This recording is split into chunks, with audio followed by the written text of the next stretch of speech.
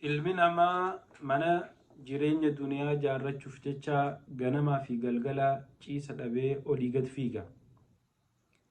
Mana jireenya duniyaa kana keessatti haara baafatuuf jecha dalagee dafkee hirriba itti dhaba, qaaxiraa itti bula, itti kadhata, dadhabummoo itti liqeeffateeti jireenyaan injifadha jee ganamaa fi galgala tattaafatee mana duniyaa kana jaarrata.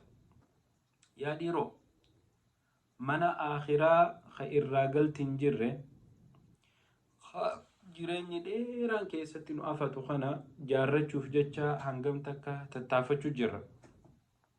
Mana aakhiraa ka keessatti hafuura baafannu jaarrachuuf ganamaa galgala dafkuun ni jirra, cinqachuun ni jirra, ol kaayyachuun ni jirra.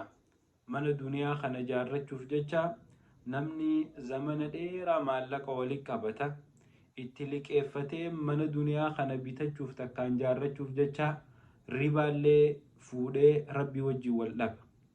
Yaa obboleessa kiyya, yaa obboleettiiti, sakandi takkaaf manni gaafa aakhiraa keessa jiraattu siyaachisee manni guyyaa boru kan namni keessa si bohaarsu hin jirre, dalagaa tee gaggaarii malee, sadaqaa tee malee, salaata kee malee, toltuu dubbachuu malee, toltutti nama ajajuu malee wanni si bohaarsitu takka hin jirre, mana san jaarrachuuf jecha cinqamtee ni beeyta.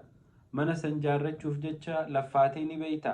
Mana san jaarrachuuf jecha namarraa liqeeffattee ni beeyta. Mana san jaarrachuuf jecha qaaxiraa bultee ni beeyta. Mana san jaarrachuuf jecha dafkitee dafta kee xubgootee ni beeyta. Obboleessa kiyya, obboleettii tiyya, if gaafadhu. Manni addunyaa ka'anaa fi ati jaarrachuuf ganamaa fi galgala qaaxiraa bullu kuni keeysaa deemna namni itti waaru hin jiru.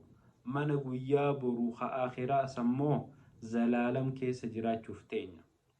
Yoo toltee jannata keessatti zalaalam keessa jiraadha. Yoo badnee khayrii hin dalaganne immoo azaaba keessatti zalaalam keessatti azabamuu teenyaa jechuudha. Obboleessa kiyya, obboleettii tiyya, mana duniyaa ka ati jaarrachuuf arra cinqamtu kana boru gaafa ati biraa duute abbaa ati beenetu dhufee dhaala.